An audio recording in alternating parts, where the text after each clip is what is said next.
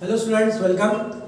हम क्या पढ़ रहे थे? Electrophilic substitution reactions of phenol. Okay, तो जिसमें हमने हैलोजनेशन को कंप्लीट किया था। आज हम देखते हैं नाइट्रेशन ऑफ फिनॉल। ओके, तो इसके पहले तो हमने फिनॉल का रेजोनेंस स्ट्रक्चर्स देखा था और उसमें फिनॉक्साइड आयन जो रेजोनेंस स्ट्रक्चर शो करता है उससे हमें ये पता लग गया था कि ऑर्थो और पैरा पोजीशन जो होती है एरोमेटिक रिंग की वो एक्टिवेट होता है और एक्टिवेट करने का काम फिनॉल में जो हाइड्रोक्सिल ग्रुप है वो करता है। ठीक है, तो ऑर्थो पैरा डायरेक्टिंग ग्रुप होता है फिनॉल में प्रेजेंट है जो हाइड्रोक्सिल ग्रुप वो। ठीक है, तो नाइट्रेशन ऑफ फिनॉल ये क्या होगा? यहाँ पर देखो, फिनॉल का रिएक्शन, ठीक है, फिनॉल का रिएक्शन अगर हम यहाँ पर नाइट्रिक एसिड के साथ करवाते हैं, लेकिन यहाँ पर भी दो टाइप से रिएक्शंस होगी। देखो कि when phenol reacts with dilute nitric acid, यहाँ पर हम डाइल्यूट नाइट्रिक एसिड HNO3 को यूज करते हैं। ठीक है, ठीक है, तो डाइल्यूट नाइट्रिक एसिड यूज करने के बाद यहाँ क्या होता है, यहाँ हमें मिक्सचर मिलता है। ओके, यहाँ पर हमें मिक्सचर मिलेगा।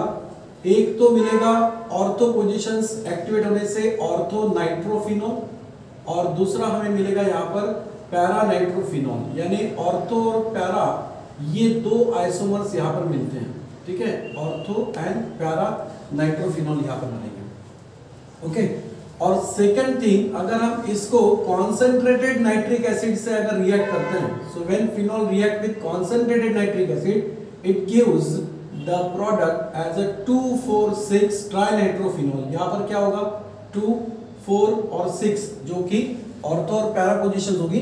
यहाँ पर नाइट्रो ग्रुप अटैच होता है और इससे हमें यहाँ पर क्या मिलता है, 2,4,6 ट्राइनाइट्रोफिनॉल। ओके, यहाँ पर हमें मिलता है 2,4,6 ट्राइनाइट्रोफिनॉल, इसी को हम बोलते हैं पिक्रिक एसिड। इसके दो नाम होंगे, 2,4,6 ट्राइनाइट्रोफिनॉल, ठीक है, ट्राइनाइट्रोफिनॉल, और इसी का दूसरा नाम होगा पिक्रिक एसिड। ठीक है, इसी को हम पिक्रिक एसिड भी कहते हैं।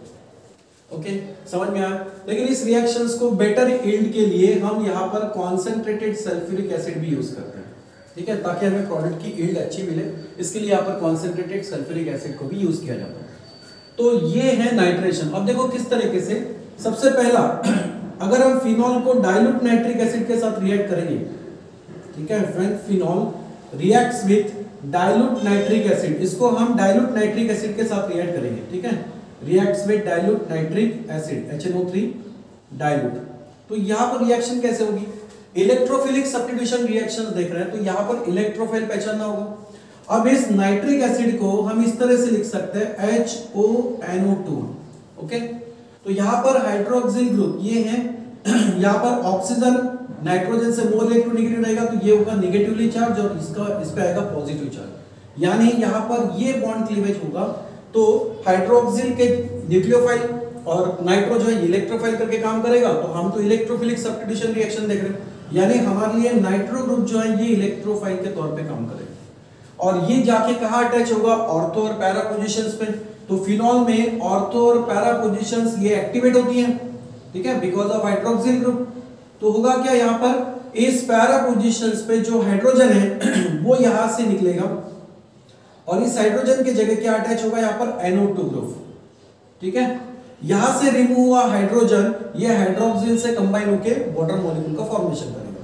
तो एक तो मिल गया आपको, इसको क्या बोलेंगे अपन, ऑर्थो नाइट्रोफिनॉल। ठीक है, एक मिल गया आपको ऑर्थो नाइट्रोफिनॉल। प्लस में इसके साथ दूसरा कंपाउंड्स क्या बनता है, दूसरा आइसोमर क्या बनता है, यहाँ पर पैरा पोजीशंस भी एक्टिवेट होती हैं। तो सिमिलरली नाइट्रो ग्रुप ये पैरा पोजीशंस पे भी जाके अटैच होता है और इससे सेकंड प्रोडक्ट हमें मिलता है पैरा नाइट्रोफिनॉल। ठीक है, यहाँ पर हमें क्या मिलेगा, पैरा नाइट्रोफिनॉल। ठीक है, इसका नाम होगा पैरा नाइट्रोफिनॉल। तो यहाँ हमें मिक्सचर मिलता है ortho nitrophenol and para nitrophenol, यहाँ पर हमें इसका क्या मिलेगा, मिक्सचर मिलता है। ठीक है, अब देखो यहाँ पर ऑर्थो नाइट्रोफिनॉल और पैरा नाइट्रोफिनॉल जो होता है, इनको इन आइसोमर्स को हम सेपरेटेड कर सकते हैं। ठीक है, मतलब दिस टू आइसोमर, ये जो मिक्सचर मिल रहा है दैट मींस ऑर्थो नाइट्रोफिनॉल, ठीक है, ortho nitrophenol and para nitrophenol, ortho nitrophenol and para nitrophenol are separated, इनको हम सेपरेट कर सकते हैं, are separated by distillation process. ठीक है, स्टीम डिस्टिलेशन, इसको बोलेंगे अपन स्टीम डिस्टिलेशन। तो स्टीम डिस्टिलेशन प्रोसेस से यहां पर हम इनको सेपरेटेड कर सकते हैं, ठीक है, बाय स्टीम डिस्टिलेशन। अब ये क्यों होगा, तो यहां पर देखो ऑर्थोनाइट्रोफिनॉल जो है, ये जो कंपाउंड्स है ये हाईली वोलाटाइल होता है, ठीक है, ये जो है हाईली वोलाटाइल कंपाउंड होगा। ओके, मतलब ऑर्थोनाइट्रोफिनॉल, ठीक है, ऑर्थोनाइट्रोफिनॉल यहां पर क्या होता है, ऑर्थोनाइट्रोफिनॉल ये हाईली वोलाटाइल होता है, ठीक है, so it is the steam volatile. Okay, ये ज्यादा से ज्यादा वोलाटाइल मतलब क्या होता है, इसका वेपराइजेशन रेट जो है वो ज्यादा होता है, ठीक है, हाईली वेपराइज होता है। जबकि पैरानाइट्रोफिनॉल की बात करते हैं तो पैरानाइट्रोफिनॉल जो है यहां पर लेस वोलाटाइल होता है, ठीक है, ये लेस वोलाटाइल होगा। और पैरानाइट्रोफिनॉल लेस वोलाटाइल होने से क्या होगा, इसका वेपराइजेशन रेट कम होगा, इसका वेपराइजेशन ज्यादा होगा। तो स्टीम डिस्टिलेशन में क्या होगा, जो ज्यादा वेपराइज हो रहा है उसको पहले हम कलेक्ट करेंगे। स्टीम डिस्टिलेशन क्या होता है, डिस्टिलेशन प्रोसेस में, डिस्टिलेशन प्रोसेस में लिक्विड को हम क्या करते हैं, प्यूरिफाई करते हैं, और प्यूरिफाई करते वक्त उसको हीटिंग किया जाता है और उसके बाद कूलिंग किया जाता है। So by heating and cooling process that liquid get purified by method and that is called as the distillation.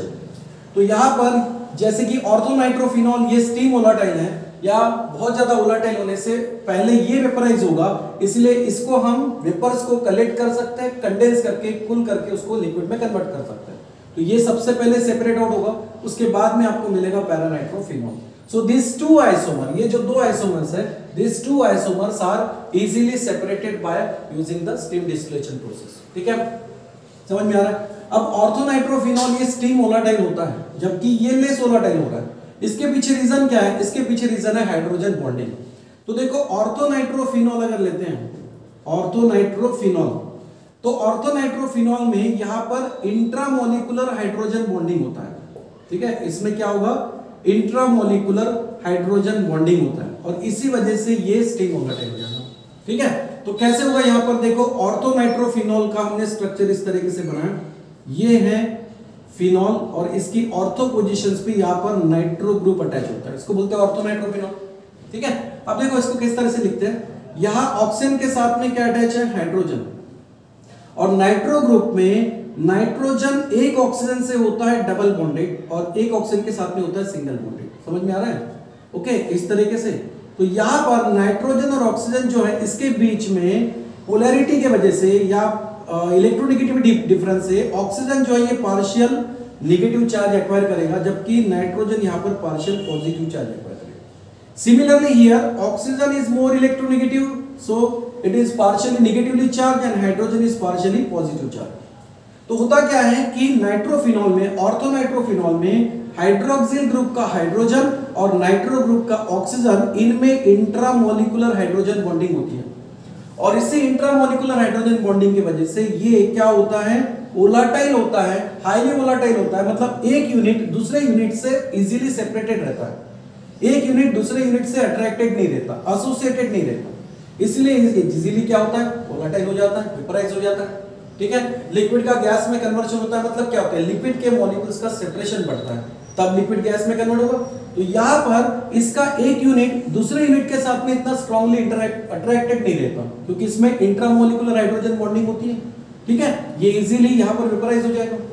लेकिन अगर हम पैरानाइट्रोफिनॉल की बात करते हैं, पैरानाइट्रोफिनॉल, ठीक है, तो पैरानाइट्रोफिनॉल में यहां पर इंटरमोलिकुलर हाइड्रोजन बॉन्डिंग होता है, यहां पर क्या होगा, इंटरमोलिकुलर हाइड्रोजन बॉन्डिंग होता है, जिससे पैरानाइट्रोफिनॉल के दो यूनिट एक दूसरे से एसोसिएटेड रहते हैं, ठीक है। अब इसका स्ट्रक्चर पैरानाइट्रोफिनॉल का कुछ है, इस तरीके से लिखते हैं ताकि वो समझने में आसानी होगा। तो यहाँ पर देखो पैरानाइट्रोफिनॉल, इस तरफ मैं नाइट्रो लिखता हूं और ये सपोज OH है, ठीक है, यानी हाइड्रोक्सिल ग्रुप, या फिर आप इस साइड से OH ले लो, कोई प्रॉब्लम नहीं, ठीक है। यहाँ पर OH और यहाँ पर लिख लेते हैं NO2, ये हो गया पैरानाइट्रोफिनॉल। अब इस पैरानाइट्रोफिनॉल का दूसरे यूनिट के साथ में, यानी वापस से हम दूसरा यूनिट यहां लेंगे, तो यहां दूसरे यूनिट के साथ में क्या होता है, इंटरमोलिकुलर हाइड्रोजन बॉन्डिंग होता है, ठीक है, hydrogen bonding, intermolecular hydrogen bonding होता है। इंटरमोलिकुलर हाइड्रोजन बॉन्डिंग क्या हो, किसके बीच में हो सकता है, कि जहां पर हाइड्रोजन हो, कार्बन नाइट्रोजन या ऑक्सीजन, सॉरी नाइट्रोजन ऑक्सीजन या फ्लोरीन, ऐसे अगर उसमें एलिमेंट हो और हाइड्रोजन हो, तो वह इंटरमोलिकुलर हाइड्रोजन बॉन्डिंग होने के चांसेस होता है। तो नाइट्रोफिनॉल में नाइट्रोजन तो है, ओके, तो यहां पर क्या होगा, यहां जो नाइट्रोजन होगा यानी NO2 ग्रुप है, इसमें क्या होगा, नाइट्रोजन एक ऑक्सीजन से क्या होगा, डबल बॉन्डेड होगा, ठीक है, थोड़ा इस तरह के लिखते हैं। दूसरा यूनिट जो है इसमें दूसरे पैरानाइट्रोफिनॉल में जो नाइट्रो ग्रुप है, ओके, नाइट्रोजन जो है, ये नाइट्रोजन क्या होगा, एक जगह तो ऑक्सीजन से डबल बॉन्डेड होगा, एक तरफ ऑक्सीजन से डबल बॉन्डेड होगा और एक तरफ यह होगा single bond with oxygen, okay, और इस तरफ हम लिखेंगे OH। तो ये हो गया दूसरा यूनिट किसका, पैरानाइट्रोफिनॉल का, और ये यूनिट हुआ। तो एक यूनिट का हाइड्रोक्सिल जो होता है, इसमें हाइड्रोजन, इसका हाइड्रोजन और दूसरे यूनिट्स का नाइट्रो ग्रुप का ऑक्सीजन, इनके बीच में इंटरमोलिकुलर हाइड्रोजन बॉन्डिंग होती है, ठीक है, समझ में आ रहा है। So one unit of paranitrophenol is bonded with the other unit through hydrogen bonding.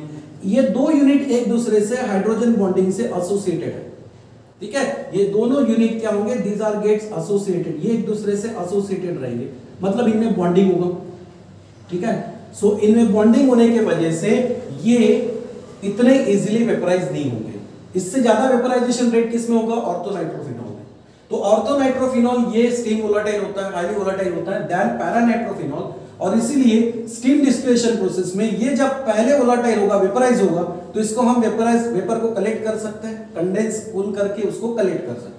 तो इजीली ऑर्थोनाइट्रोफिनॉल और पैरानाइट्रोफिनॉल इन आइसोमर्स को हम स्टीम डिस्टिलेशन प्रोसेस से सेपरेटेड कर सकते हैं। और रीजन क्या है, ऑर्थोनाइट्रोफिनॉल में या इंट्रामोलिकुलर हाइड्रोजन बॉन्डिंग होने से एक यूनिट दूसरे यूनिट के साथ में इतना स्ट्रांगली अट्रैक्ट नहीं रहता, ठीक है, जबकि पैरानाइट्रोफिनॉल में एक यूनिट दूसरे यूनिट्स के साथ में इंटरमोलिकुलर हाइड्रोजन बॉन्डिंग से यहां पर क्या होता है, एसोसिएटेड होता है। समझ में आ रहा है। तो ये होता है नाइट्रेशन यानी डाइल्यूट नाइट्रिक एसिड में रिएक्ट करके।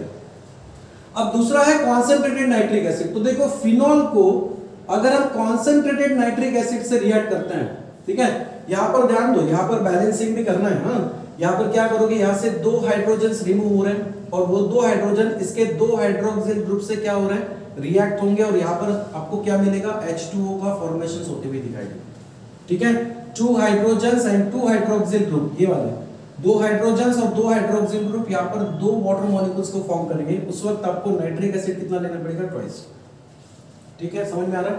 बेंजीन रिंग प्रोडक्ट में 2 टाइम्स दिखाई दे रही है तो उसको भी हम 2 से मल्टीप्लाई करेंगे, ठीक है, इस तरह से।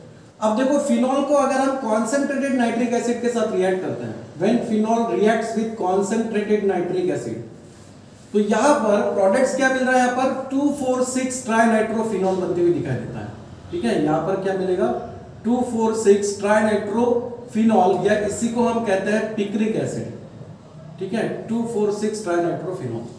अब ये भी रिएक्शंस कैसे होगा, यहां पर नाइट्रिक एसिड है तो इसको हम इसमें से इलेक्ट्रोफाइल कैसे बनाएंगे, HONO2, इसमें से NO2 ये जो है नाइट्रो ग्रुप, ये एक तरीके से इलेक्ट्रोफाइल होगा, और यही इलेक्ट्रोफाइल किस पोजीशंस पे जाके अटैच होगा, ऑर्थो और पैरा पोजीशंस पे।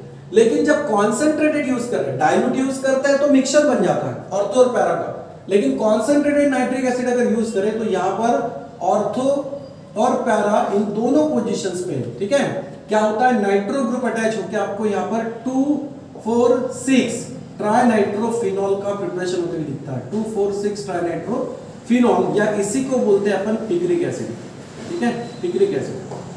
लेकिन आप सिर्फ कॉन्सेंट्रेटेड नाइट्रिक एसिड अगर यूज कर रहे हैं तो ये जो प्रोडक्ट मिलेगा, जो इल्ड मिलेगी, ये अच्छी इल्ड नहीं मिलेगी अगर सिर्फ कॉन्सेंट्रेटेड नाइट्रिक एसिड यूज कर रहे हैं, ठीक है। So to obtain the good yield of product, हमें अगर इसका एक अच्छा यील्ड प्रोडक्ट का लाना है तो उसके लिए क्या करना पड़ेगा, to obtain the good yield of product concentrated sulphuric acid is use. यहां पर कॉन्सेंट्रेटेड सल्फ्यूरिक एसिड को यूज करते हैं, ठीक है। तो होता क्या है, सबसे पहले फिनॉल को हम हीट करते हैं कॉन्सेंट्रेटेड सल्फ्यूरिक एसिड के साथ में, ठीक है। सो when phenol is heated with concentrated sulphuric acid, जब इसको सल्फ्यूरिक एसिड के साथ रिएक्ट करेंगे तो यहां पर सल्फ्यूरिक एसिड में हमें क्या करना पड़ेगा, इलेक्ट्रोफाइल पहचानना है, वही यहां पे अटैक होगा। तो सल्फ्यूरिक एसिड जो कि हाइड्रोजन यानी प्रोटॉन देता है, तो इसका हाइड्रोजन यहां से अगर साइड वाइज लिखो तो क्या बचेगा, यहां पर हाइड्रोक्सिल, इसको इस तरीके से लिखिए, हाइड्रोजन हाइड्रोक्सिल HOSO3H, इस तरीके से इलेक्ट्रोफाइल निकाल सकते हैं। यहाँ पर SO3H यानी जो सल्फोनिक दिखाई दे रहा है, ये सल्फोनिक ग्रुप यहाँ पर क्या करेगा, पॉजिटिव चार्ज एक्वायर करेगा, हाइड्रोक्सिल यहाँ पर निगेटिव, तो हमारे लिए ये इलेक्ट्रोफाइल हो गया। अब ये इलेक्ट्रोफाइल फिनॉल पे अटैक कहाँ करेगा, ऑर्थो और पैरा पोजीशंस पे। तो जब हम फिनॉल को कॉन्सेंट्रेटेड सल्फ्यूरिक एसिड के साथ रिएक्ट करेंगे, ठीक है, और सिर्फ सल्फ्यूरिक एसिड होगा ऐसे नहीं, इसमें कॉन्सेंट्रेटेड नाइट्रिक एसिड भी रहेगा, ठीक है, इसमें कॉन्सेंट्रेटेड नाइट्रिक एसिड भी यूज करेंगे, लेकिन सबसे पहले सल्फ्यूरिक एसिड का फिनॉल के साथ रिएक्शंस होके यहाँ पर आपको क्या मिलता है, यहाँ पे सल्फोनिक फिनॉल सल्फोनिक एसिड मिलता है। लेकिन किस तरह से, एक सल्फोनिक ग्रुप यहाँ पर ऑर्थो पोजीशंस पे अटैच होता है, एक सल्फोनिक ग्रुप यहाँ पर पैरा पोजीशंस पे अटैच होता है, ठीक है। तो आपको यहाँ पर प्रोडक्ट क्या मिलता है, फिनॉल 2,4, ये कौन सी पोजीशन हुई, 2, ये 3 और ये 4, 1 तो प्रिंसिपल ग्रुप यहाँ पर हाइड्रोक्सिल ग्रुप हो गया, तो 2, 3 और 4, 2, 4 सल्फोनिक कितने हुए, 2, तो इसको बोलेंगे डाइसल्फोनिक, ठीक है। सो फिनॉल 2,4 डाइसल्फोनिक एसिड, ये सल्फोनिक ग्रुप कहां से बना, हमने एसिड से, ठीक है। तो फिनॉल 2,4 डाइसल्फोनिक एसिड, इसका प्रिपरेशन होता है, और जब इसको हम नेक्स्टली हिट करते हैं कॉन्सेंट्रेटेड नाइट्रिक एसिड से, so when this 2,4 disulfonic acid heated with concentrated nitric acid, then it converted into the picric acid, तब इसका कन्वर्शन होता है पिक्रिक एसिड में, और यहाँ पर आपको एक अच्छी प्रोडक्ट्स की यील्ड मिलती है। ओके, समझ में आ रहा है। तो अगर हम सिर्फ कॉन्सेंट्रेटेड नाइट्रिक एसिड यूज करें तो 2,4,6 ट्राइनाइट्रोफिनॉल तो बनेगा, लेकिन प्रोडक्ट की यील्ड अच्छी नहीं मिलेगी। अगर हमें इसकी बहुत अच्छी यील्ड प्रोडक्ट की बनाना है तो कॉन्सेंट्रेटेड नाइट्रिक एसिड के साथ हमें वहां पर क्या रखना पड़ेगा, कॉन्सेंट्रेटेड सल्फ्यूरिक एसिड, ठीक है, तब हमें पिक्रिक एसिड की एक गुड यील्ड मिलेगी। लेकिन उसके लिए सबसे पहले सल्फ्यूरिक एसिड रिएक्ट होके फिनॉल से क्या बनाएगा, फिनॉल 2,4 डाइसल्फोनिक एसिड, पहले ये होगा, ठीक है। और फिनॉल 2,4 डाइसल्फोनिक एसिड के बाद जब इसको हम हीट करेंगे किसके साथ, कॉन्सेंट्रेटेड नाइट्रिक एसिड के साथ, तब यहां पर मिलेगा 2,4,6 ट्राइनाइट्रोफिनॉल, जिसको हम क्या बोलते हैं, पिक्रिक एसिड बोलते हैं। तब ये पिक्रिक एसिड की आपको एक अच्छी यील्ड मिलेगी, ठीक है, प्रोडक्ट का एक अच्छा अमाउंट मिलेगा। समझ में आ रहा है। तो इसलिए कॉन्सेंट्रेटेड सल्फ्यूरिक एसिड रखना होता है मिक्स नाइट्रिक एसिड के साथ में, समझ में आ रहा है। तो ये इस तरीके से यहाँ पर नाइट्रेशन होगा। अब यहाँ पर सिर्फ क्या करोगे आप, बैलेंसिंग करते वक्त ध्यान दो कि यहाँ से 3 हाइड्रोजन रिमूव हो रहे हैं, तो वो 3 हाइड्रोजन 3 हाइड्रोक्सिल से कंबाइन होकर यहाँ पर थ्राइस ऑफ H2 बनाएंगे, यानी हमें यहाँ पर 3 टाइम्स हाइड्रोक्सिल लगेगा। तो कॉन्सेंट्रेटेड नाइट्रिक एसिड जब आप यूज कर रहे हो तो इसको क्या करना पड़ेगा, 3 से मल्टीप्लाई करना पड़ेगा, ठीक है, समझ में आ रहा है। यहाँ पर सल्फ्यूरिक एसिड क्या करेगा, यहाँ पर सल्फोनिक ग्रुप, सल्फ्यूरिक एसिड में आप इस तरीके से इसका इलेक्ट्रोफाइल निकालेंगे, तो सल्फ्यूरिक एसिड यहाँ पर 2 यूनिट यूज होंगे, जिससे आपको फिनॉल 2,4 डाइसल्फोनिक एसिड का फॉर्मेशन बनते हुए दिखाई देगा, मतलब इसके सिर्फ 2 यूनिट यहाँ पर यूज होंगे, ठीक है। और कॉन्सेंट्रेटेड एसिड है, कॉन्सेंट्रेटेड एसिड में वाटर तो रिमूव होता ही है, तो यहाँ पर सल्फ्यूरिक एसिड का रिएक्शंस होके ऑर्थो पोजीशंस का हाइड्रोजन और एक पैरा पोजीशंस का हाइड्रोजन, ये 2 हाइड्रोजन 2 हाइड्रोक्सिल ग्रुप से रिएक्ट होके क्या बनाएंगे, वाटर H2। ओके, तो वो बाय प्रोडक्ट्स हुआ, उसको नहीं लिखा तो भी चलेगा। और उसके बाद इसका हम रिएक्शंस कॉन्सेंट्रेटेड नाइट्रिक एसिड से करवाएंगे, और कॉन्सेंट्रेटेड नाइट्रिक एसिड में जो कि नाइट्रो है, इलेक्ट्रोफाइल है, वो यहाँ पर अटैक करेगा, और इस जगह क्या होगा, देखो कॉन्सेंट्रेटेड नाइट्रिक एसिड में HONO2 ये इस तरीके का कंपाउंड है, इसमें इलेक्ट्रोफाइल क्या होता है, नाइट्रो, तो ये तो जाके अटैच होगा किस पोजीशंस पे, ऑर्थो पोजीशंस पे और पैरा पोजीशंस पे। तो हमें टोटल यहाँ पर मिलेगा 2,4,6 ट्राइनाइट्रोफिनॉल या पिक्रिक एसिड, मतलब सल्फोनिक ग्रुप यहां से निकलेंगे, और ये सल्फोनिक ग्रुप क्या होगा, यहां से जो हाइड्रोक्सिल ग्रुप है निगेटिवली, इस हाइड्रोक्सिल ग्रुप से अगर ये 2 यूनिट अगर एक दूसरे से कंबाइन होते हैं तो वापस से आपको H2SO4 मिलेगा, और यहां से हाइड्रोजन अगर निकलता है तो वो हाइड्रोजन हाइड्रोक्सिल ग्रुप से अटैच होकर वाटर का फॉर्मेशन करेगा, मतलब 2 मॉलिक्यूल्स आपको यहाँ पर सल्फ्यूरिक एसिड के, एक आपको वाटर का मिलेगा, ठीक है, और इन 3 पोजीशंस पे नाइट्रो ग्रुप ये अटैच होगा। तो इस तरीके से 2,4,6 ट्राइनाइट्रोफिनॉल का फॉर्मेशन होगा, समझ में आ रहा है। तो ये ध्यान में रखना कि कॉन्सेंट्रेटेड नाइट्रिक एसिड के साथ अगर कॉन्सेंट्रेटेड सल्फ्यूरिक एसिड यूज करते हैं तो पिक्रिक एसिड का एक अच्छा yield मिलता है, ठीक है, एक अच्छा अमाउंट कलेक्ट होता है। समझ में आ रहा है? तो ये इस तरीके से है नाइट्रेशन ऑफ फिनॉल। समझ में आया? चलो, थैंक यू।